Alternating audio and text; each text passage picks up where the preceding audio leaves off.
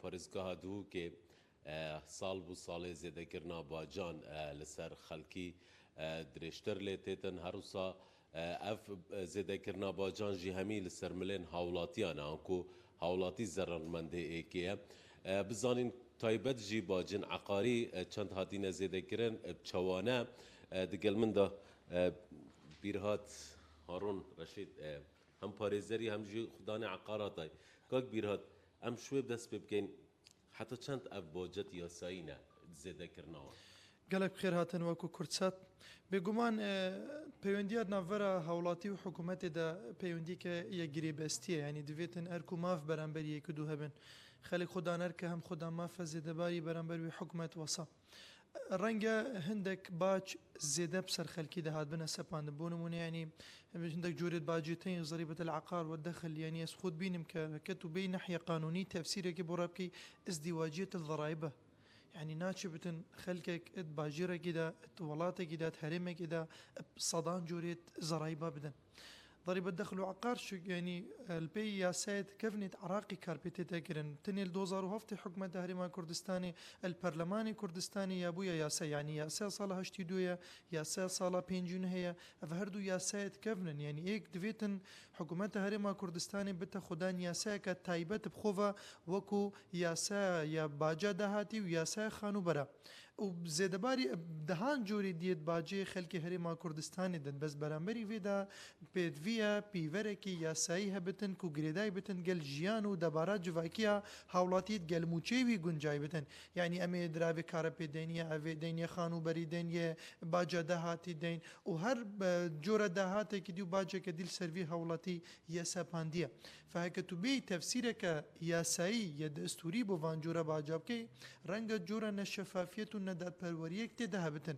لورا ام وگو پاريزرج بركو ام روجانه ويدنا في خلقي دا ام لو گازندید وی خلکی دبینین چند دنگی کی بلنجیتید بدوی حکومت هریما کردستانی ات سپاندنا باجدا چافدری و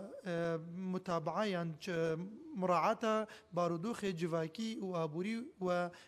درونی حولاتی بکدم سپاندنا وی جورا باجدا جبرکو اگر تو بی معیار نیف دولتی یتکل گل دباراج یانا خلکی هریمی ناگونجین چنگو او موچوی خلکی رنگ چند هیواجاره که ویتید زیدباری هندی کریا هاوی گلکه کارب گلکه باجا دهاتیا خانو برای ایجاره و حتا دمهیه فاف جورید باجا بارگرانیه که زیدل سرملیت حولاتی بدوی حکومت هریما کردستانی بستاندرد کی نیف دولتی بالگوری یاسا و ریساید نیف دولتی و همیت نشتیمانی بده خودان یاسا که ریخستی ادگل دبارا جواکی گنجای بتن کک براد بونمونه کسک بخوش شقه که یان خانیه که دو نهومی چه کدن چند باش کفیت سریو اگر اوج ایک شقاوه نبیدان نهم آونه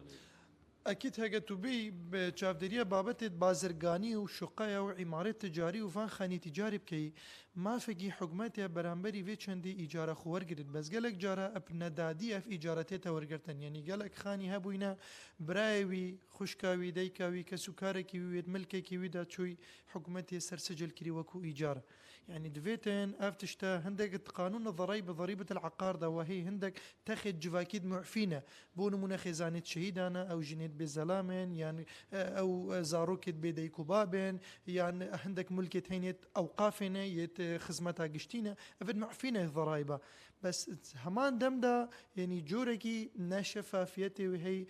فان جورا باجادا لو رمد فيتن وكتخا باريزرا دنجي خلکی بگین حکومت هریما کردستانی پیدا چونه که وان جورا باجاب کن بارگ سوکیه که سرمنید وی خلکی درست کن بو هنده نبت اگر کو پیوندی جواکی و ید آبوری و باوریت نوره خلکی و حکومت دا لواز بتو بهتش کندن دست خوش که بیرات گلک سپاس